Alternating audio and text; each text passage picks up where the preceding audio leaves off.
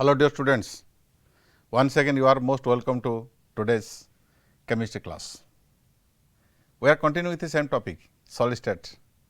This is fourth class. मज़ा आ रहा है ना? 3 क्लास ऑलरेडी हो चुका है और ये फोर्थ क्लास है. बहुत इंपॉर्टेंट टॉपिक है, इमेजिन करना बहुत ही जरूरी है हर बातें पर, ठीक है. And I am sure that you will have you are up to this class you are not facing any problem और आगे भी कोई प्रॉब्लम नहीं हो आने चाहिए, ठीक है. So before proceeding to today's discussion let's have a quick look into the previous classes what we have studied so far. So these are the books I would like to recommend to all of you. NCERT book, that is universal. It is applicable for all types of entrance examinations, and for Odisha students we have a CERT book, and BK chemistry is also there. And you have, if you are interested for some IIT or something like that, Niger, so Cengage book is very useful. It is a very higher standard book, and Pradeep is also there, GRB is of course there, and in addition to that some other books are also available. But thing is that you always give emphasis on to fundamental and concept clarity, that is most important. अगर fundamental concept clear नहीं हुआ तो ये सारी किताब होकर भी कोई फायदा नहीं है, ठीक है. चलिए, जो बातें हम पिछले क्लास से डिस्कशन किए थे अब थोड़ा उसके ऊपर हम चर्चा करते हैं. तो लास्ट क्लास से हम डिस्कशन किए थे कि जो पैकिंग होता है ना 1D 2D 3D.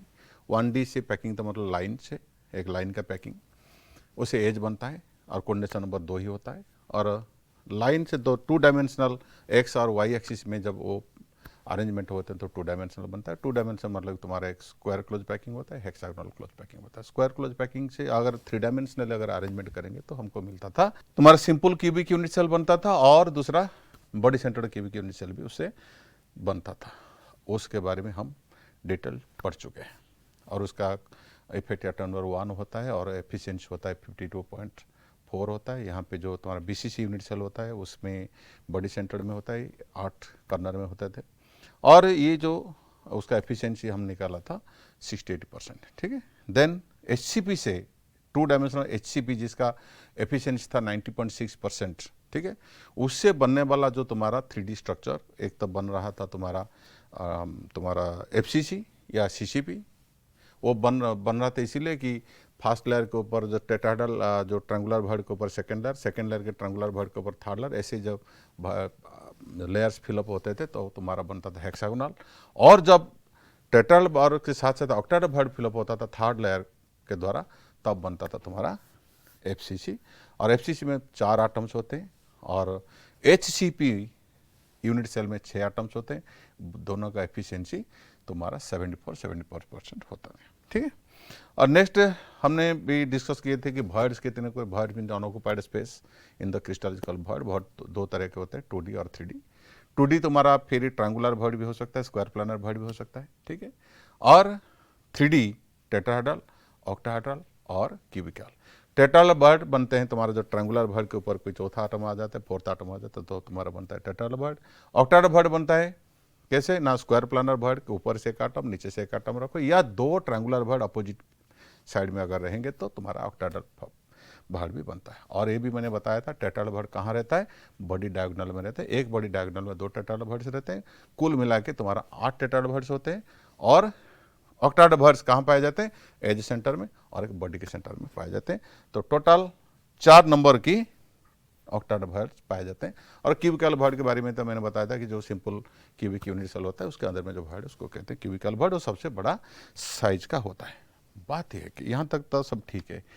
आज का डिस्कशन क्या है, आज क्या पढ़ने जा रहे हैं, बहुत के साथ पूरी बात तो पढ़ ले, और क्या बहुत कुछ है, सॉलिड तो ऐसे बहुत कुछ है, ठीक है. आज का जो डिस्कशन है बहुत इंपॉर्टेंट गजब का डिस्कशन है.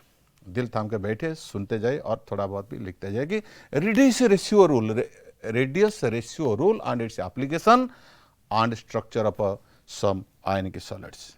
What is radius ratio rule, उससे उसको पढ़ने से पहले थोड़ा स्ट्रक्चर ऑफ सॉलिड के ऊपर नजर डालते हैं. सॉलिड की जो स्ट्रक्चर है, सॉलिड 2 तरह के सॉलिड्स होते हैं. एक सिमिलर एटम से पाए जाते हैं. बहुत इंपॉर्टेंट बात सुनना, किसी भी किताब में ये सारे बातें इतने अच्छी तरह से नहीं दिया है. पहला कि एक ही जैसा आटम से बनने वाला सॉलिड, और दूसरा टाइप का सॉलिड है जो अलग अलग आटम से बनने वाला सॉलिड है। पहला सॉलिड जो है ना वो सिमिलर आटम से जो बनते हैं, अब तक जो हमने चर्चा कर चुके हैं, अब तक जो पढ़ चुके हैं, 4 क्लास 3 क्लास खत्म हो चुका है, सारे के सारे स्ट्रक्चर सिमिलर आटम के स्ट्रक्चर से, वो सिंपल क्यूबिक हो, एफसीसी हो या बीसीसी हो, जितने सारे यूनिट सेल, जितने सारे अरेंजमेंट हम पढ़ चुके हैं, वो सारे के सारे होते सिमिलर आटम से और एक ही टाइप का आटम से बनने वाला क्रिस्टल का। अब मैं बताऊंगा कि अगर किसी क्रिस्टल ने 2 डिफरेंट टाइप्स ऑफ आटम से बन रहा है, means ionic solid AB2 cation anion, तब क्या होगा उसका स्ट्रक्चर, क्या होगा यूनिटी सेल, क्या होगा अरेंजमेंट, ये मैं बताने जा रहा हूं। और ये बात को ध्यान से सुनना। एक बार सवाल पूछा गया था, सीजियम क्लोराइड का लाटिस क्या होता है, सीजियम क्लोराइड का लाटिस क्या होता है, पूछा गया था IIT में। सब गलत करके आ गए, सारे के सारे किताबें वही गलती भी लिखा है, भयंकर गलती लिखा है, सारे के सारे किताब, मैंने बहुत सारी किताब देखा है, लिखते हैं कि BCC यूनिट सेल, गलत, लाटिस होता है सिंपल क्यूबिक। आज मैं वो रहस्य में बताने जा रहा हूँ, वो राज भी आज मैं बताने जा रहा हूँ। दिल थाम के बैठिए और सुनते जाए मेरे बात, ठीक है। जो अब सॉलिड की बात करेंगे, जो AB टाइप मीन्स दूसरे 2 डिफरेंट आटम से बनने वाला सॉलिड, वो कैसे होते हैं और उनका स्ट्रक्चर देखो। जो if he any solid is made of 2 atoms, 2 different kinds atoms, मान लो A आटम और B आटम, उसमें एक काटन होगा और दूसरा आनायन होगा। अब कहाँ रहेंगे वो आयंस, कैसा अरेंजमेंट होगा, जैसे भी अरेंजमेंट हो वो तो स्टेबिलिटी तो मिलेगा, ठीक है। देखो ये रूल देखो, दोनों में से एक एटम काटन हो या आनायन हो, एक ही एटम लाटिस बनाएगा। मियाँ बीबी में घर बनाता ना, एक तो घर मकान बनाता है और दूसरा उसी मकान को घर बनाता है, मंदिर बनाता है, स्वर्ग बनाता है। एक आयन लाटिस बनाएगा, दूसरा उसकी जो भड़ से जो क्रिएट होगा ना, जो पैदा होगा जो भड़, दूसरा जाके उसी भड़ में छुप के बैठ जाएगा। ये रहा खेला, क्या 1 आयन मेक्स लाटिस, दूसरा ion second ion will go into the void. ये रहा लाटिस फॉर्मेशन का रहस्य। लेकिन जो भड़ में जाएगा तो दूसरा आयन और दूसरा आटम जो भी हो, वो जो भड़ में जाएगा, वो भड़ में जाने के लिए एक रूल होता है, कौन सा भड़ में कौन सा आटम जाएगा, कैसे डिसाइड होगा। सोडियम आयन कौन सा भड़ को पसंद करेगा, लिथियम आयन अगर होगा तो कौन सा भड़ को जाएगा, अपने साइज के हिसाब से जाएगा ना। अगर भड़ का साइज अपना साइज दोनों मैच कर रहा है तो उसी भड़ में वो जाएगा, ताकि उनके चारों तरफ जो आनायन से घेरे हुए हैं उनसे ज़्यादा अट्रैक्शन मिलेगा, प्यार मिलेगा, मोहब्बत मिलेगा, स्टेबिलिटी मिलेगा, खुशियाँ मिलेगा। अगर वो छोटा सा होल है, अगर इतना बड़ा सा हाथी जैसा उसको उसके अंदर में घुसा तो क्या होगा, सब गड़बड़ है, सब टूट जाएगा। तो to which भड़ the ion will go, that is decided by a radius ratio rule. And what is that rule? That rule says it is the ratio between E, कभी नहीं कहना कि radius of cation and radius of anion. ये तो conventionally हम तो बोल देते हैं, लेकिन असली में क्या है कि it is the ratio between E radius of small ion and radius of large ion, ठीक है, लार्ज साइज आयन। देखो बहुत इंपॉर्टेंट बात है, बहुत इंपॉर्टेंट। देखो radius ratio R means radius ratio equal to, ऐसे कि small R by capital R. Small R means radius of small ion divided by ये रहा तुम्हारा रेडियस ऑफ लार्जर आयन। जैसे कि हम सब जानते हैं कि काटन का साइज तो स्मॉल होता है, इसीलिए हम लिख देते हैं कि R plus by R minus, ठीक है। रेडियस रेशियो क्या पता चलेगा, रेडियस रेशियो बहुत ही गजब का चीज है। ये जो टेबल बनाया गया ना, ये सारे के सारे एक्सपेरिमेंटली जो एक्सपेरिमेंट किया गया, डिफरेंट आयन का साइज निकाला गया एक्स-रे डिफ्रैक्शन मेथड से, और उसको लेके ये बनेगा। मान लो किसी आदमी ने, तुम्हारा भी से कोई बंदा मंगल ग्रह को चला गया था, वहां से कुछ आयन की सॉलिड लेके आया और वो बता रहा है कि बताओ उस सॉलिड का स्ट्रक्चर कैसा होगा। सोचता हूँ कि जा थोड़ा सा चाय पाई पी के आजा बाजार से, हम तब तक निकाल देंगे। XRD ले लिया, काटान का साइज निकाल लिया, आयन का साइज आनान का साइज निकाल दिया, रेशियो निकाल दिया, देखेंगे वो रेशियो किसी की रेंज में आता है तो उसी रेंज में जो आयन की सॉलिड्स आते हैं ना उनका स्ट्रक्चर इसके साथ बराबर। बोल देंगे बेटा इस तरह जो आयन जो सॉलिड है ना, सॉल्ट कुछ भी लेके आया था मंगल ग्रह से, उसका स्ट्रक्चर इसके साथ बराबर हो गया। तो radius ratio very very important. ठीक है, देखो ये जो रेडियस रेशियो रूल कहता है कि this rule means radius ratio value is very very important to determine the coordination number structure of all types of ionic solids. देखो ये टेबल देखो, ये टेबल देखो, टेबल को नज़र करो, मैं बोल देता हूँ यहीं पे, लिखने की कोई ज़रूरत नहीं है। ये तुम्हारा जो स्क्रीन पर अभी दिया है उसको देखो, ध्यान से देखो। रेडियस रेशियो के वैल्यू 0.155 से कम हो, 0.155 से अगर कटान आनन के रेशियो कम है तो मान लो कि ऐसा कुछ क्रिस्टल्स शायद दुनिया में है ही नहीं, लेकिन वैल्यू दे दिया गया। अगर ऐसा होगा आज नहीं तो कल अगर कहीं पे मिलेगा तो उसका कोऑर्डिनेशन नंबर 2 होगा। Coordination number means how many atoms are surrounding it and touching it. तो 2 ही टच करेंगे, तो 2 ही टच करेंगे मतलब सेंट्रल एटम, और 2 ही टच करेंगे मतलब लीनियर ही होगा, लेकिन लीनियर क्रिस्टल की दुनिया में है ही नहीं। क्रिस्टल तो 3 डायमेंशनल होता है ना। और दूसरा रेंज देखो, दूसरा रेंज 0.155 से 0.225, ये रेंज रहा। ये रेंज याद रखना, और उसी रेंज में काटान और आनान का रेडियस रेशियो आ जाता है तो तुम्हारा कोऑर्डिनेशन नंबर बनेगा 3। कोऑर्डिनेशन नंबर 3 मतलब बीच में जो एटम रहेगा ना उसको 3 एटम टच करेंगे, मीन्स वो ट्रायंगुलर भर्ड के अंदर में घुसेगा। तो भर्ड क्या होगा? Triangular heard. कहाँ पे पाए जाते हैं? बोरॉन ट्राइऑक्साइड में पाए जाते हैं। ठीक है, अगर 0.225 से 0.155 से 0.225 तक ये रेंज में, अगर 0.225 से 0.414 के बीच में आ गया, 0.414 और थोड़ा सा ज्यादा, क्या होगा? Coordination number 4। और कोऑर्डिनेशन नंबर 4 तो हम जानते हैं कि टेट्राहेड्रल भर्ड में होते हैं। कोऑर्डिनेशन नंबर 4 कहाँ पे होता है? टेट्राहेड्रल भर्ड में होते हैं।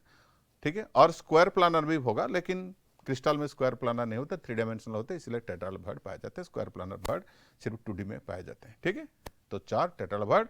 और कहाँ मिलता है? जिंक सल्फाइड, क्यूप्रस क्लोराइड, ये सारे सब्सटेंस में मिलते हैं। आप पढ़ेंगे भी, आज पढ़ेंगे उसके बारे में। और 0.414 से अगर 0.732 के बीच में आ गया तो मान लो उसका ऑक्टाहेड्रल भर्ड ही होगा। Coordination number 6 means octahedral voids होते हैं।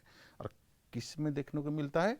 सोडियम क्लोराइड में देखने को मिलता है। ठीक है, नेक्स्ट है 0.732 से अगर 1 तक आ जाता है, 1 पॉइंट तक आ जाता है तो मान लो तुम्हारा कोऑर्डिनेशन नंबर 8 ही बढ़ जाएगा। 8 हो, मतलब देखो होल का साइज बढ़ रहा है, होल का साइज बढ़ रहा है मीन्स ही कोऑर्डिनेशन नंबर भी बढ़ रहा है। तो होल का साइज बढ़ेगा तो कोऑर्डिनेशन नंबर भी बढ़ेगा। कोऑर्डिनेशन नंबर 8 होगा। कहाँ से? Cubic heard. कोऑर्डिनेशन नंबर जानते हो ना, 4 ऊपर 4 नीचे। अगर बीच में जो होल है, अगर कोई एटम उसके अंदर में चला जाएगा तो उसको 8 एटम तक टच करेंगे ना, 4 नीचे 4 ऊपर, तो कोऑर्डिनेशन नंबर बनेगा 8। और कहाँ देखने को मिलता है? सीजियम क्लोराइड, सीजियम क्लोराइड और अमोनियम ब्रोमाइड ऐसे कंपाउंड में देखने को मिलता है। अगर 1 से थोड़ा सा ज्यादा हो गया, मैंने 1 हो गया 1, तो कोऑर्डिनेशन नंबर 12 होते हैं। और उसको कहते हैं HCP होगा या CCP लैटिस होगा। मैंने आज बताया था बहुत HCC और CCP लैटिस में, और HCP 3 डायमेंशनल कोऑर्डिनेशन नंबर 12 होता है, और सारे के सारे मेटल्स की यही लैटिस होता है। ठीक है, अब एक बात बताओ, ये जो साइज ऑफ भर्ड मैंने बताया था, साइज ऑफ भर्ड मैंने पिछले क्लास में भी बताया था, आज भी बता रहा हूं। जो ट्रायंगुलर भर्ड की साइज है ना वो टेट्राहेड्रल भर्ड से छोटा होता है। टेट्राहेड्रल भर्ड का साइज थोड़ा बड़ा होता है, उससे बड़ा होता है ऑक्टाहेड्रल भर्ड का साइज, और ऑक्टाहेड्रल भर्ड का साइज से बड़ा होता है तुम्हारा क्यूबिकल भर्ड का साइज। तो जिस एटम का साइज जितना बड़ा होगा वो उसी हिसाब से वो भर्ड चॉइस करेगा, चूज करेगा कि कौन से भर्ड में मैं फिट होऊंगा। And that void selection is only done by radius ratio rule.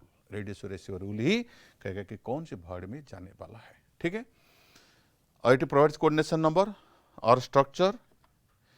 अब मुझे बताओ, एक क्वेश्चन किसी एंट्रेंस में पूछा गया था, मान लो 0.155 से 0.225 के रेंज में, और दूसरा कहां पे 0.225 में 0.5 से लेकर 0.414 तक, ठीक है, 0.15 से लेकर 0.225 तक।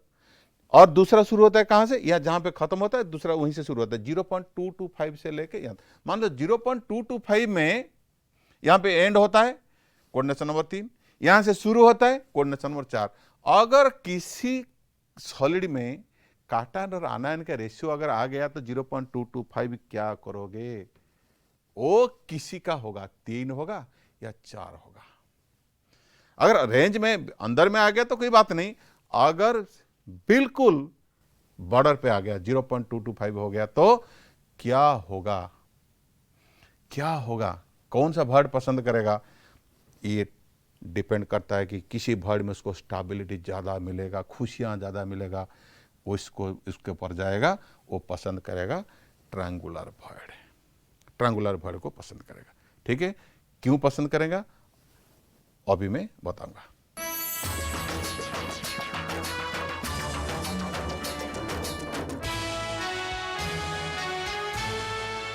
अगर रेडियस रेशियो किसी काटायन और आनायन का आ गया कहाँ पे, बिल्कुल 0.225 में अटक गया, 0.225 में अटक गया तो कहाँ जाएगा, वो भी ट्रायंगुलर वर्ड्स भी होते हैं, ट्रायंगुलर वर्ड भी होता है, और वो भी टेट्राल वर्ड भी होता है। कहाँ जाएगा, देखो मान लो ये तुम्हारा ट्रायंगुलर वर्ड था, यहीं पे किसी आटम, मान लो ये आनायन आनायन आनायन, ये रहा काटायन। देखो काटायन अगर उसके अंदर में घुसेगा तो अट्रैक्शन क्या होगा, काटायन आनायन काटायन आनायन काटायन आनायन, ये तो अट्रैक्शन बढ़ेगा। और रिपल्सन भी होगा साथ साथ, एक सेम चार्ज रिपल्सन भी होगा। देखो तीनों रिपल्सन ही है, तीनों अट्रैक्शन बराबर हो जाएगा। तो इसीलिए वो क्या करेगा कि उनको दूर भगाएगा, दूर भगाएगा। अगर यहाँ पे इसके अंदर में वो चला जाएगा तो देखो ये दूर, नेगेटिव नेगेटिव तो दूर चले गए, मनसी यहाँ पे जो रिपल्सन होता था वो कम हो जाएगा। लेकिन they touch each other, they touch this one, they touch this one, they touch this one, थोड़ा सा उसको और नज़दीक ले जाता हूँ, दे टच दिस वन, ठीक है। तो उनके बीच में अट्रैक्शन फैक्टर ज़्यादा होगा, अट्रैक्शन फैक्टर ज़्यादा, so attraction dominates means the stability increases. यही है वजह कि it will prefer triangular void ना कि टेट्राहेड्रल वर्ड, ठीक। नेक्स्ट डिस्कस करते हैं कि स्ट्रक्चर ऑफ आयनिक सॉलिड्स। दुनिया में जितने सारे आयनिक सॉलिड्स हैं, जितने आदमी हैं, क्या इतना ब्लड ग्रुप है क्या, जितने सारे आदमी हैं तो कुल मिला के 4 ही ब्लड ग्रुप होते हैं। तो उसी तरह जितने सारे आयनिक कंपाउंड्स है दुनिया में, सारे के सारे आयनिक कंपाउंड्स की सारी नहीं कहना गलत होगा, बहुत सारे आयनिक कंपाउंड्स के स्ट्रक्चर हम क्लासीफाई करेंगे इसी तरह। स्ट्रक्चर ऑफ आयनिक कंपाउंड्स, ये AB हो सकता है, AB2 टाइप का हो सकता है, और A2B टाइप का हो सकता है। AB मीन्स जितने काटायंस उतने नंबर ऑफ आनायंस, यहाँ पे जितने काटायंस डबल नंबर ऑफ आनायंस, यहाँ पे डबल नंबर ऑफ काटायंस उसका आधा आनायंस, इसी तरह बना हुआ है। तो AB टाइप का, फिर AB टाइप में देखोगे तो 3 तरह के सॉलिड्स होते हैं, NaCl और रॉक सॉल्ट, दूसरा सीजियम क्लोराइड, और तीसरा तुम्हारा जिंक सल्फाइड। और जिंक सल्फाइड का स्ट्रक्चर तुम्हारा 2 तरह के हो सकते हैं, उसको जिंक ब्लेंडे कह सकते हैं, जिंक ब्लेंडे और उर्जाइट, ये भी डिस्कस करेंगे आज। और AB2 में एक रहा कैल्शियम फ्लोराइड, उसको फ्लोराइड कहते हैं, फ्लोराइड स्ट्रक्चर, देखो AB2। और A2B में तुम्हारा Na2O, जिसको कहते हैं anti fluoride structure, anti fluoride structure, anti fluoride structure, ठीक है। ये सारे के सारे स्ट्रक्चर आज ही हम चर्चा करके ये क्लास खत्म करेंगे, ठीक है। पहले देखो sodium chloride structure. Sodium chloride structure means, देखो मैं हर एक चीज को डिटेल में डिस्कस कर रहा हूं ताकि इसके ऊपर बहुत सारे क्वेश्चंस आते हैं, और स्टूडेंट्स भी गलतियां करते हैं। किताब में कुछ दिया है और कुछ छोड़ दिया है, मैं सब बताने जा रहा हूं। देखो कभी मत कहना, मैंने पहले कहा था कि ऐसा नहीं कि आयनिक सॉलिड में क्या था, एक ही ion, one type of ion लाठी से बना था, दूसरा आयन भॉइड में चला जाता है। लेकिन कभी ऐसा नहीं है कि सिर्फ आयन ही तो लैटिस बनाएगा और काटन जाके छुप के बैठेगा वो भॉइड के ऊपर, ऐसा कोई रूल है ही नहीं। ठीक है, और ऐसा भी कभी नहीं कहना कि आयन लार्ज साइज की वजह से लैटिस बनाता है और काटन छोटे साइज की वजह से अंदर में घुस जाता है, ऐसा नहीं है। छोटा आदमी भी बहुत ही बड़े बड़े होते हैं। जवाहरलाल, ये जो तुम्हारा जो लाल बहादुर शास्त्री ना, छोटे हाइट के आदमी थे, बहुत तेज दिमाग वाले थे, वो बहुत ही बेस्ट, इंडिया का सबसे अच्छा प्राइम मिनिस्टर आज भी मानते हैं, ईमानदार आदमी। वो जो पाकिस्तान को धूल चटाया था ना, जय जवान जय किसान, शॉर्ट हाइट का आदमी था। ऐसा नहीं कि शॉर्ट हाइट आदमी हमेशा और जो भॉइड में घुसेगा, ऐसा नहीं है, कोई रूल नहीं है। मैं बता देता हूँ, कोई ऐसा रूल नहीं है दुनिया में। ठीक है, और ये चीज गलत फहमी में भी कभी मत रहना। आयन की सॉलिड NaCl, NaCl देखो Na+ से बना है और Cl- से बना है। देखो और क्या है स्ट्रक्चर उसका, FCC लैटिस।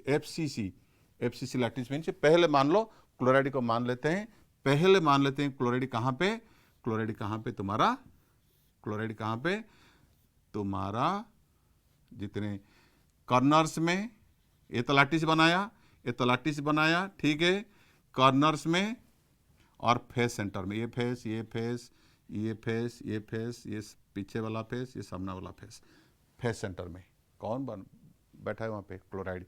सोडियम कहाँ पेल दिया, सोडियम कहाँ पेल दिया कि तू बेटा जा, कहाँ जाएगा वो, भॉइड में जाए, कौन सा भॉइड में जाएगा उसके पास। देखो दो तरह के भॉइड्स होते हैं, एक तो एज में तुम्हारा होता है, एज में क्या होता है ऑक्टाहेड्रल भॉइड, और कॉर्नर में क्या होता है टेट्रा। कहाँ जाएगा वो, कहाँ जाएगा वो, ऑक्टाहेड्रल भॉइड पर ही जाएगा। उसको पेल देगा कि बेटा तू यहाँ चला जा, ऑक्टाहेड्रल भॉइड मीन्स जिंक और जो सॉरी सोडियम आटम कहाँ रहेगा, ऑक्टाहेड्रल भॉइड कहाँ पे रहते हैं, ऑक्टाहेड्रल भॉइड कहाँ पाए जाते हैं, ऑक्टाहेड्रल भॉइड पाए जाते हैं। इसीलिए यही बात तो बहुत इंपॉर्टेंट, वही बात मैं बार बार कह रहा हूं कि ऑक्टाहेड्रल भॉइड पे ही जाएगा। ऑक्टाहेड्रल भॉइड कहाँ पे है, एज सेंटर में। देखो देखो देखो एज सेंटर में सारे के सारे एज, ये सारी की सारी एज सेंटर में ऑक्टाहेड्रल भॉइड से दिखाई नहीं देता है। जो मेरा पिछले क्लास जिन्होंने अटेंड किया वही समझ पाएगा कि ऑक्टाहेड्रल भॉइड कहाँ रहते हैं। ऑक्टाहेड्रल भॉइड रहते हैं एज सेंटर के ऊपर और बॉडी सेंटर के अंदर, वहीं पे छुपा बैठा है। और दूसरा बात बोल रहा हूं, ऐसा नहीं है कि सिर्फ और सिर्फ क्लोराइड जाके कोने पे बैठ जाएगा, फेस सेंटर में बैठ जाएगा और सोडियम को बोलेगा कि तू जाके ऑक्टाहेड्रल भॉइड में बैठ जा, ऐसा नहीं है। सोडियम भी अपना भी रंग दिखाएगा कि वो भी लैटिस बनाएगा, वो भी कॉर्नर पे बैठेगा, फेस सेंटर में बैठेगा, और क्लोराइड भी ऑक्टाहेड्रल भॉइड के अंदर भी छुपा है। अगर सारे की सारी क्रिस्टल देखोगे ना, यही नजर आएगा कि हर तरह हर कोने पे क्लोराइड और हर कोने पे सोडियम कटायन।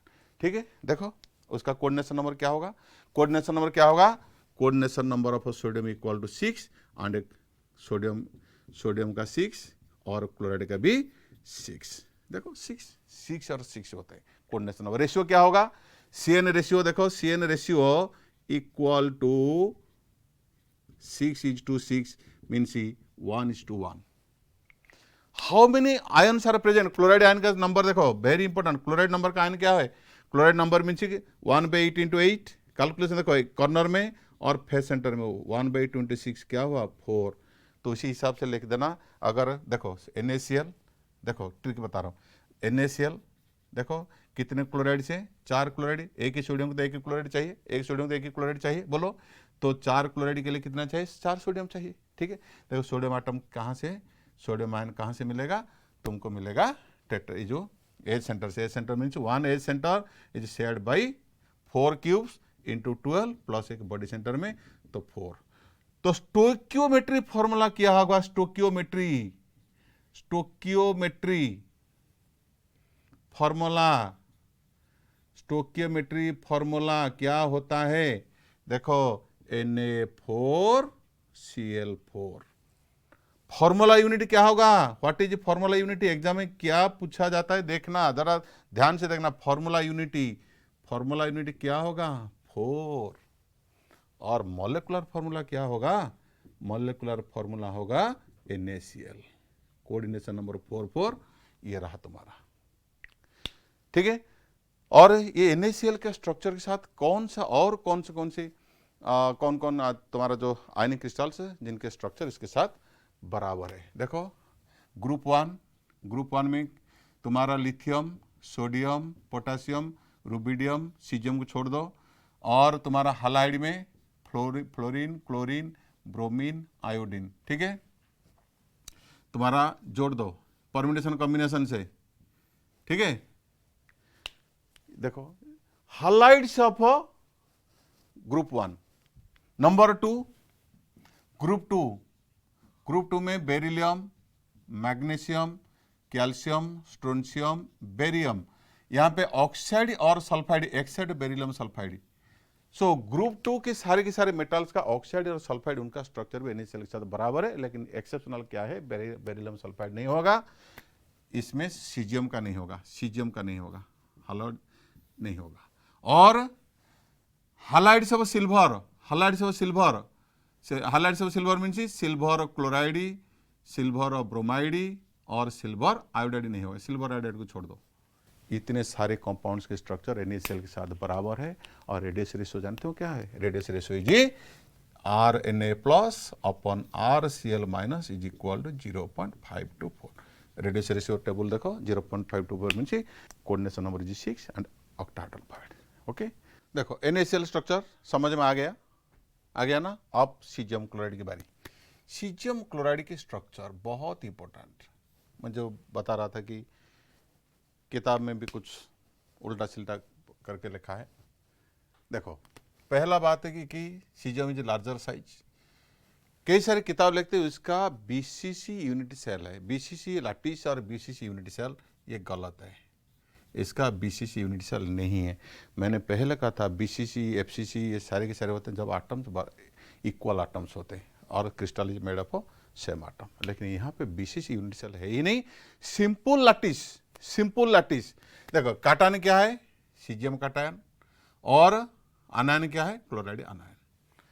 लैटिस क्या है? सिंपल क्यूबिक, बार बार कह रहा हूं, simple cubic unit cell, SCC और SC। देखो इसमें क्या होता है तुम्हारा, सारे के सारे, ऐसा नहीं कि पहले बताते हैं कि जितने सारे क्लोराइड्स हैं they are present at 8 corners. देखो दोनों में क्या अंतर है बता रहा हूं। कोई कहे कि बॉडी सेंटर्ड और इसमें क्या अंतर है? एक ही तो है। देखो ये रहा 8 कॉर्नर में 8, ये रहा तुम्हारा, मान लो ये रहा तुम्हारा क्लोराइड आनायंस।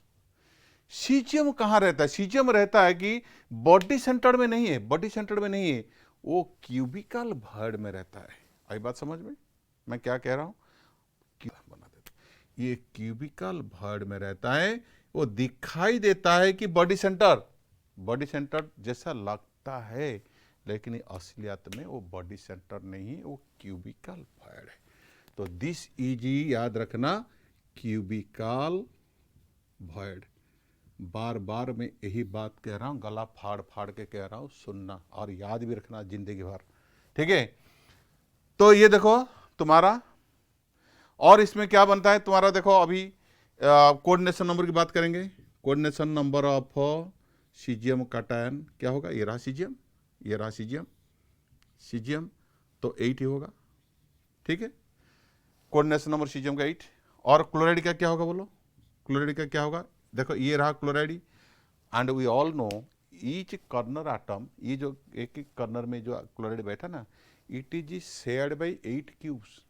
ये एक ही का नहीं है, ये 8 क्यूब का ये हिस्सा है, 8 क्यूब का हिस्सा है। देखो ये एक क्यूब, और ये it is a part of this cubical bird. ये एक यूनिट सेल में ये जो क्यूबिकल भर्ड, इसी भर्ड को ये भी बना रहा है इसी क्यूब में। उसी तरह वो 8 क्यूब के वो जो क्या कहते हैं उसको शेयर करता है। तो that means it is that chloride atom is becoming part of 80 cubical voids. ठीक है, जैसे इसी यूनिट सेल का ये एक पार्ट है, उसी तरह 80 कुल मिला के 8 क्यूब का वो हिस्सा है।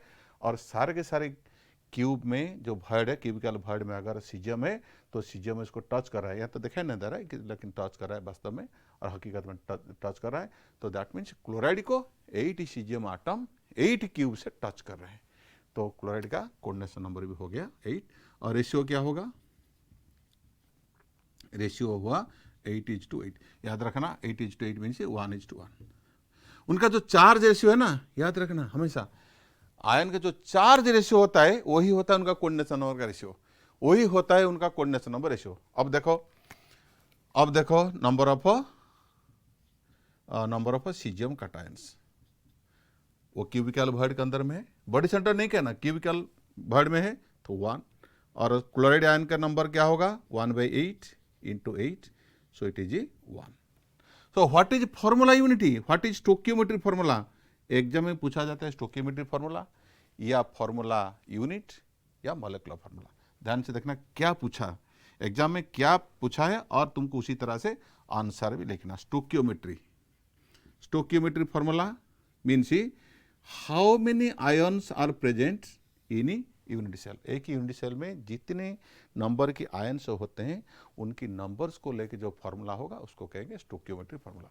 क्या होता है यहाँ पे CS1 Cl1 1 लिखना जरूर।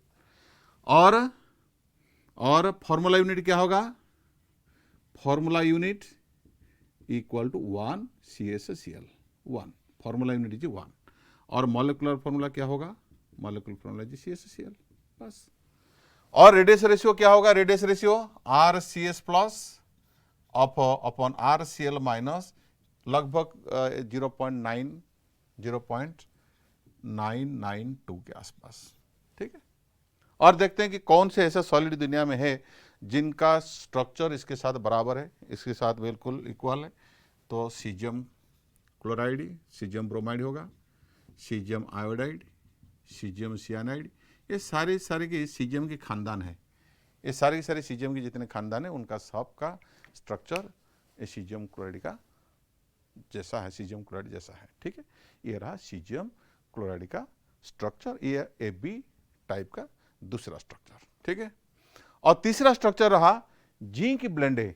जिंक ब्लेंडे, देखो जिंक ब्लेंडे का 2 टाइप का स्ट्रक्चर होते हैं। Zinc blende has 2 different types of structure. Zinc sulphide का 2 तरह के स्ट्रक्चर्स होते हैं। देखो it can have either zinc blende और उर्जाइड स्ट्रक्चर, दोनों में क्या फर्क है। और ये बात याद रहा, सीजियम क्लोराइड को कभी मत भूलना, बहुत इंपॉर्टेंट, भयंकर इंपॉर्टेंट, ठीक है। और जिंक ब्लेंडे फॉर्मूला एक ही है, जिंक ब्लेंडे और उर्जाइड दोनों में क्या फर्क है, ZnS। सो पहले जिंक ब्लेंडे और पहले उसको डिस्कस करते हैं, उसके बाद उर्जाइड स्ट्रक्चर पर जाएंगे। देखो इतिहास FCC। हाँ एक बात मैं बताना भूल गया, सीजियम क्लोराइड में आप क्या सोच रहे हैं कि क्लोराइड कॉर्नर को पकड़ लिया और कॉर्नर को परमानेंटली उन्होंने डिसाइड किया कि वो कॉर्नर पोजीशन में ही रहेगा और सीजियम को धकेल कि तू जा क्यूबिकल भर्ड में रह जा, ऐसा होगा क्या, नहीं होगा। सीजियम भी लैटिस बनाता है और क्लोराइड भी क्यूबिकल भर्ड के अंदर में घुसता है। तो दोनों आपस में, जैसे सोडियम अपना लैटिस बनाता है क्लोरीडियम भर्ड में जाता है, क्लोराइड अपना लैटिस बनाता है सोडियम भर्ड में जाता है, उसी तरह सीजियम भी अपना लैटिस बनाता है कॉर्नर पे रहता है और सीजियम भी और क्लोराइड भी भर्ड पे जाता है। तो ऐसे दोनों का मेला भी चलता है, ठीक है। वो अपना अपना लैटिस बनाते हैं, अगर किसी ने लैटिस बना लिया दूसरे भर्ड पे ही चला जाएगा, ठीक है। FCC और CCP, देखो इसमें क्या होता है, सल्फाइड आयंस, देखो ये सारे के सारे जितने सल्फाइड आयंस है they go to corners, they occupy corners, ठीक है, corners. Reverse is also true, लेकिन किताब में इसका कोई जिगर नहीं है, इसका कोई पुष्टि नहीं हुआ है, तो इसलिए ऐसा मत लिखना, किसी टीचर के ऐसे भी कुछ लिख दें कि ऐसा तो नहीं दिया है, उन्होंने गलत लिखा, नंबर काट देंगे। तो किताब में जो दिया है वही लिखना, ठीक है। सल्फाइड आयंस कहाँ पे रहता है? फेस तुम्हारा 8 कॉर्नर्स में, 8 कॉर्नर्स में और 6 फेस सेंटर में, फेस सेंटर्स में रहते हैं। देखो 6 फेस सेंटर में आ गए, और ये रहा साइड वाला, और ये रहा पीछे वाला, और ये रहा सामने वाला। अब देखो ऐसा तुम एक एक फेस को सिलेक्ट करके उसका जो सेंटर को सिलेक्ट करके वहीं पे आटम रखना, ठीक है। मैं मेरे ड्राइंग के हिसाब से बना रहा हूँ, आप भी घर में अपनी ड्राइंग के हिसाब से बनाना। देखो तो ये जिंक कहाँ जाएगा? ये सल्फाइड तो ऐसे ही बैठ गया, ये रहा सल्फाइड। तो जिंक बेचारा कहाँ जाएगा? देखो वो कहाँ जाएगा? देखो यहाँ पे टेट्राल भाड़ी भी है और ऑक्टाडल भाड़ी भी है, टेट्राल भाड़ी भी है, ऑक्टाडल भाड़ी। देखो एक बात इंपॉर्टेंट बात है, अगर कहोगे कि सर ये तो सिंपल बात है, सिंपल बात है, सल्फाइड का नंबर कितना हो गया? देखो सल्फाइड का नंबर कितना हो गया? नंबर ऑफ सल्फाइड क्या होगा? बोलो, नंबर ऑफ सल्फाइड क्या होगा? नंबर ऑफ सल्फाइड क्या होगा ना? 1/8 × 8 प्लस 1/2 × 6 मतलब 4 हो गया। क्या सर फॉर्मूला तो ZnH तो एक ही जिंक को एक ही सल्फाइड चाहिए, एक ही जिंक को तो एक ही सल्फाइड चाहिए। अगर 4 सल्फाइड है तो 4 ही जिंक होगा। अगर 4 जिंक है तो कहां पे रहना चाहिए? इसके पास कौन सा वर्ड अवेलेबल है? टेट्राल वर्ड भी है और ऑक्टाडल वर्ड भी है, और इसके पास टेट्राल वर्ड संख्या 8 है, 8 है ना दुगुना, और ऑक्टाडल वर्ड का नंबर 4 है। तो बताओ हिसाब से रिश्ते में ये कहां जाना चाहिए? हिसाब से कहां जाना चाहिए? ऑक्टाडल वर्ड पर जाना चाहिए, क्योंकि वो तो 4 ही है और नंबर भी 4 है। लेकिन ऐसा नहीं होता है, यहां नहीं, ऐसा नहीं होता है। वो कहां जाएगा? ऑक्टाडल वर्ड पर ही जाएगा, टेट्राल वर्ड पर जाएगा, ऑक्टा को नहीं जाएगा। ऑक्टा का नंबर तो वही है, उसका नंबर जितना वही है, लेकिन नहीं जाएगा। जाएगा कहां? टेट्राहेड्रल वर्ड पर जाएगा। बोलोगे सर टेट्राल वर्ड तो 8 है, ये तो 4 है, तो क्या हुआ? एक ही वर्ड में रहेगा, दूसरा खाली। ये रहा वहां पे जाएगा, ये वहां पे फिलअप हुआ तो नेक्स्ट खाली। तो पहला टेट्राल वर्ड में फिलअप हुआ, बगल वाला खाली, ये फिलअप हुआ, बगल वाला खाली, ऐसे ऑल्टरनेट ऑल्टरनेट। कहोगे सर ये कैसा होगा? क्यों ऑक्टाहेड्रल को नहीं जाएगा, क्यों टेट्राहेड्रल पर जाएगा? कोई जवाब है? है जवाब। ये रेडियस रेशियो रूल तय कर, हम नहीं कह सकते। हम तो मानते हैं कि ऑक्टाहेड्रल में जाना चाहिए, क्योंकि ऑक्टाहेड्रल वर्ड का नंबर 4 ही है, लेकिन वो जाएगा कहां? टेट्राहेड्रल वर्ड पर जा रहा है, because radius ratio rule, radius ratio rule ही कहेगा कि वो काटन किसी वर्ड पर जाएगा, ना कि हम कहेंगे, ना तुम कहोगे, ना वो कहेगा। ठीक है, हमारे हिसाब से तो जाना चाहिए ऑक्टाहेड्रल वर्ड पे। तो टेट्राल वर्ड कितना होते हैं? 8, 8 का आधा क्या हो गया? 4। इसीलिए जिंक आयंस कहां जाता है? Alternate, very very important, alternate tetrahedral word पर ही जाता है। ठीक है, कोऑर्डिनेशन नंबर ऑफ सल्फाइड क्या होगा? बोलो, सल्फाइड क्या होगा? कोऑर्डिनेशन नंबर 4 ही होगा, और Zn2+ का भी होगा 4, और रेशियो क्या होगा? सी कोऑर्डिनेशन नंबर रेशियो क्या होगा? 4:4 मीन्स 1:1। देखो चार्ज रेशियो भी वही है ना, Zn2+ और सल्फाइड चार्ज देखो 2:2 इक्वल टू 1:1। मैंने पहले बताया था, हमेशा याद रखना कोऑर्डिनेशन नंबर रेशियो होता है चार्ज रेशियो के बराबर ही होता है। ठीक है, अभी बात समझ में। और दूसरे कहानी थोड़ा पलट बार करते हैं। सल्फाइड कर्नल पे रहा, फेस सेंटर लैटिस बनाया, और जिंक जाके बैठ गया। दूसरा भी होगा, जिंक भी लैटिस बनाएगा और सल्फाइड भी ऑल्टरनेट टेट्राहेड्रल वर्ड पे ही रहता है। अगर पूरी क्रिस्टल देखोगे, छोटा सा देखोगे तो ऐसे ही नजर आएगा, और पूरी क्रिस्टल देखोगे तो कहानी कुछ उल्टा ही दिखाई देगा। तो कुल मिला के हम कहेंगे कि ऐसा ही, यही कहेंगे कि वो अपना अपना लैटिस बनाता है। हर एक आयन अपना अपना लैटिस बनाते हैं, और दूसरा आयन जाके बैठ जाता है जो वर्ड पे। लेकिन कुल मिला के नजर आता है कि हर एक अपना अपना लैटिस बनाते हैं। ये रहा तुम्हारा, और इसके साथ किसका स्ट्रक्चर बराबर होगा? देखो CuCl, CuCl, CuBr, Q+ bromide और Q+ आयोडाइड, और सिल्वर आयोडाइड। सिल्वर आयोडाइड तो NaCl के साथ बराबर होना चाहिए था, मैंने कहा था पहले। सिल्वर का सारे के सारे हालाइड्स NaCl के साथ बराबर है, except silver iodide, silver iodide को छोड़ के, क्योंकि लार्जेस्ट साइज। ठीक, भड़ का साइज तो बड़ा है ना, देखो। तो इसीलिए ये इसका स्ट्रक्चर इसके साथ बराबर है। आई बात समझ में? यहाँ तक कोई प्रॉब्लम नहीं होना चाहिए। जिंक ब्लेंडे, एफसीसी और सीसीपी स्ट्रक्चर ये हो गया जिंक ब्लेंडे। और चलते हैं ऊर्जाइट स्ट्रक्चर और देखते हैं कि ऊर्जाइट स्ट्रक्चर वही जिंक सल्फाइड फॉर्मूला वाली बात है। ऊर्जाइट स्ट्रक्चर में क्या कहानियां हैं? ऊर्जाइट स्ट्रक्चर, ऊर्जाइट स्ट्रक्चर जिंक सल्फाइड, देखो इस इतिहाज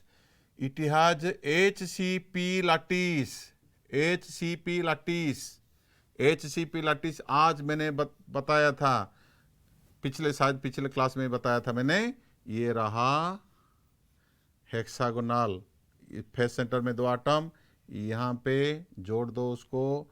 ये रहा तुम्हारा, इसके साथ जोड़ो, इसको इसके साथ जोड़ो, इसके देखो ये पेंसिल जैसा स्ट्रक्चर बन गया और अंदर में 3 आटम रहते हैं कंप्लीटली इनसाइड। ठीक है, ये रहा तुम्हारा। तो आटम कहाँ पे रहते हैं? Each corner 12 corners, 6 corners of hexagon ऊपर वाला, और नीचे हेक्सागन के 6 कॉर्नर पे 6 और अंदर में 3। ठीक है, अंदर में 3 और फेस सेंटर में 2। सो 12 8 कॉर्नर्स प्लस 2 8 फेस सेंटर्स। ठीक है, और ये रहा सल्फाइड, ये रहा सारे के सारे सल्फाइड। और तुम्हारा जो प्लस 3 कंप्लीटली इनसाइड। और जिंक सल्फाइड कहाँ जाए? जिंक कहाँ जाएगा? ऑल्टरनेट टेट्राहेड्रल भड़, वही ऑल्टरनेट टेट्राहेड्रल भड़ पर ही वो जाएगा। देखो नंबर ऑफ सल्फाइड आयन क्या होगा? सल्फाइड आयन का नंबर क्या होगा बोलो? ईच जो तुम्हारा corner of hexagon is shared by 6, तो 1/6 into 12 plus 2 into half plus 3 means 6। और जिंक आयन का नंबर भी वही होगा 6, because total number of particles in 6 and number of this alternate means total number of tetrahedral bonds should be 12, alternate means it is 6. So ratio is 6. Coordination number is also 6. Okay.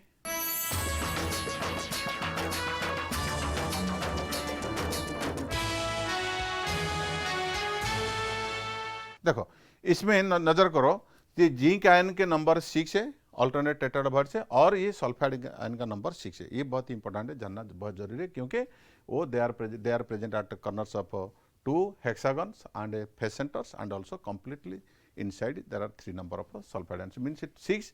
So stoichiometric formula के हिसाब से देखो, और 6 number of sulphide ions means ही उतने ही number of octahedral voids होते हैं इसके अंदर में, और double number of tetrahedral voids. Tetrahedral voids की नंबर 12 होना चाहिए, ऑल्टरनेट हिसाब से 6। तो फॉर्मूला क्या होगा? स्टोकियोमेट्रिक फॉर्मूला क्या होगा? स्टोकियोमेट्रिक फॉर्मूला एस मीन स्टोकियोमेट्रिक फॉर्मूला होगा तुम्हारा Zn6S6। वहां पे क्या होता था? Zn4S4। जिंक ब्लेंडे में, इन जिंक ब्लेंडे डिफरेंस देखो। जिंक ब्लेंडे में क्या होता था? Zn4S4। यहाँ पे क्या होता है? Zn6S6। और formula number equal to 6, Zns means 6। Formula unit is 6 and a molecular formula को इज इक्वल टू Zns। ठीक है, ये रहा तुम्हारा जिंक ब्लेंड और ऊर्जाइट के बीच में डिफरेंस। ठीक है, उसका सीसीपी और एफसीसी, इसका एचसीपी यूनिट सेल, ये याद रखना चाहिए। ठीक है, नेक्स्ट इज कैल्शियम फ्लोराइड और फ्लोराइड स्ट्रक्चर। कैल्शियम फ्लोराइड और फ्लोराइड स्ट्रक्चर देखो, कैल्शियम फ्लोराइड में क्या होता है? कैल्शियम फ्लोराइड देखो, it is made of calcium ion, it is made of calcium cation and a fluoride anion. ठीक है, सो कैल्शियम, मैंने कहा था ना, ऐसा नहीं कि आनायन हमेशा लैटिस बनाता है। यहाँ पे देखो कैल्शियम मेक्स एफसीसी और सीसीपी लैटिस। यहाँ पे खेल कुछ अलग हुआ। ठीक है, देखो, और ये रहा एफसीसी, ठीक है,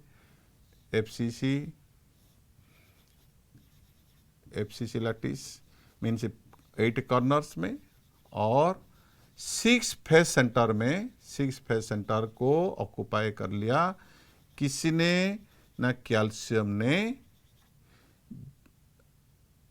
वहीं पे बैठ गया। ये रहा कैल्शियम। और फ्लोराइड बेचारा कहां जाएगा बोलो? अच्छा, कैल्शियम का नंबर क्या होगा बोलो? Number of calcium atom, number of calcium ion बोलो, number of calcium ion 1/8 into 8 plus 1/2 into 6, 4 हो गया। अगर कैल्शियम के नंबर 4 है, देखो कैल्शियम फ्लोराइड का स्ट्रक्चर है ना CF2, फॉर्मूला कहता है कि 1 calcium cation needs 2 fluoride ion. ठीक है, एक ही कैल्शियम आयन को चाहिए 2 फ्लोराइड आयन चाहिए। अगर कैल्शियम आयन के नंबर 4 है यूनिट सेल में, कैल्शियम आयन का नंबर 4 है, तो बताओ फ्लोराइड का नंबर क्या होगा? 8 तो होगा ही होगा। तो इससे हमको पता चला कि फ्लोराइड आयन की नंबर होगा 8 फॉर्मूला से। हम बहुत चालाक है, पता लगा लिया कि 8 ही होगा। लेकिन 8 कहाँ रहेंगे? कहाँ रहेंगे? 8 जगह कहाँ है क्या होगा? 8 टेट्राल बर्ड्स उसके अंदर में है। ऑल्टरनेट रहने की जरूरत नहीं, सारे के सारे टेट्राल बर्ड में वो फ्लोराइड आयन चले जाते हैं। So fluoride ions number 8, so they occupy all the tetrahedral voids, सारे के सारे टेट्राल बर्ड पे चले जाते हैं। फिलअप हो गया।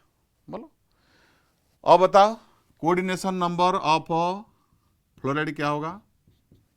अगर फ्लोराइड टेट्राल बर्ड पे है, टेट्राल बर्ड पे भी कोई भी रहेगा तो 4 ही होगा ना, कोऑर्डिनेशन नंबर 4 ही तो होगा।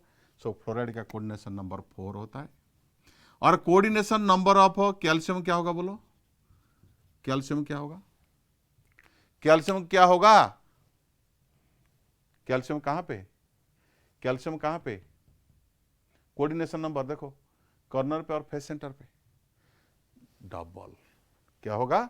कैल्शियम का coordination number is 8। Calcium coordination number is 8। तो देखो कोऑर्डिनेशन नंबर रेशियो क्या होगा? What is the coordination number ratio? 8:4। क्या हुआ?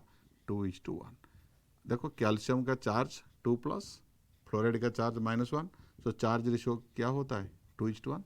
मैंने बार बार यही कहा कि चार्ज के रेशियो जो होगा, कोऑर्डिनेशन नंबर का रेशियो वो ही होगा, इससे कोई शक नहीं। ठीक है, अब देखो तुम्हारा फॉर्मूला, एक ही यूनिट सेल में number of calcium is 4, fluoride number is 8। अब बताओ फॉर्मूला यूनिट क्या होगा? What is the formula unit? CA कितना होगा? 4F8। ठीक है, कोऑर्डिनेशन नंबर के हिसाब से नहीं लिखना, नंबर ऑफ उनके यूनिट सेल में जितने नंबर उसी हिसाब से लिखना। और फॉर्मूला यूनिट तुम्हारा, और नेक्स्ट रहा फॉर्मूला यूनिट, ये रहा no sorry formula, this is stoichiometric formula. Formula unit क्या होगा? 4CF2, so formula unit is 4। If question is asked what is the formula unit of calcium fluoride, लिखना 4। Means 1 unit cell में 4 molecules होते हैं, 4 molecules एक unit cell में पाए जाते हैं। और फॉर्मूला क्या होगा? मॉलिक्यूलर फॉर्मूला क्या होगा? तो CF2। बस यही रहा कहानी। और इसके साथ कौन बराबर है? स्ट्रोंशियम क्लोराइड और स्ट्रोंशियम ब्रोमाइड, ऐसे सारी मॉलिक्यूल्स हैं। और कैल्शियम क्लोराइड होगा। जितने सारे ये सारे मॉलिक्यूल्स की स्ट्रक्चर तुम्हारा कैल्शियम फ्लोराइड के साथ बराबर है, जिसको कहते हैं फ्लोराइड स्ट्रक्चर। और लास्ट को रहा एंटी फ्लोराइड। नाम से तो पता चल, नाम है एंटी फ्लोराइड, मीन्स फ्लोराइड का बिल्कुल उल्टा, बिल्कुल उल्टा। तो एंटी फ्लोराइड है sodium oxide, anti fluoride structure उसको कहते हैं anti fluoride means calcium fluoride का बिल्कुल उल्टा। देखो इसमें Na+ और O2-, वहां पे क्या होता था?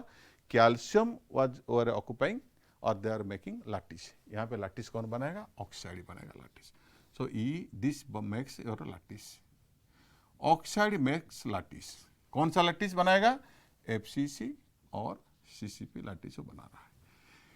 Na+ कहाँ जाएगा? देखो ये रहा तुम्हारा ऑक्साइड, ये रहा ऑक्साइड, वही मीन्स 80 कॉर्नर और फेस सेंटर में वो बैठ गया.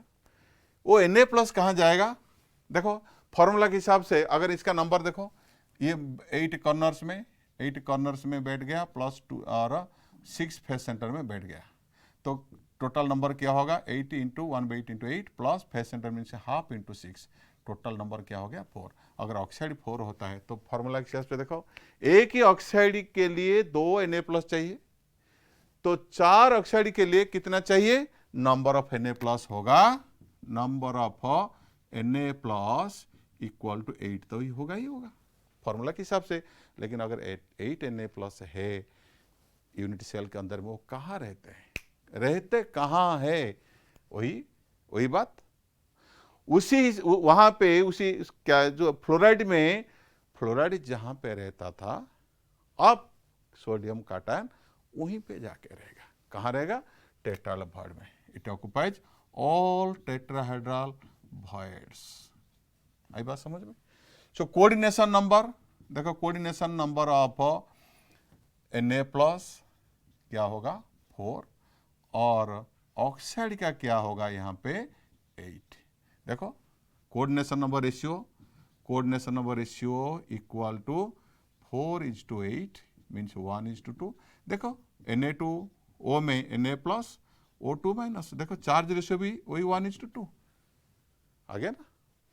अब देखना तुम्हारा स्टोकियोमेट्री फॉर्मूला क्या होता है? देखो Na सोडियम की नंबर कितना होता है? 4.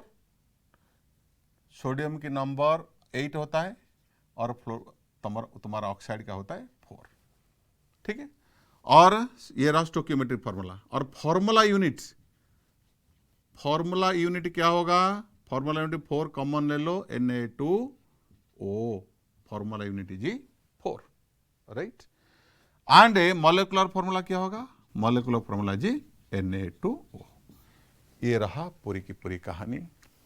आई थिंक ये पूरी कहानी आप लोगों की अच्छी तरह से समझ में आ चुका होगा. कोई परेशान नहीं होना चाहिए. जितने सारी बातें आज मैंने बताया बहुत इंपॉर्टेंट है और समझ में आ जाना चाहिए. Thank you for attending the class till and. Okay.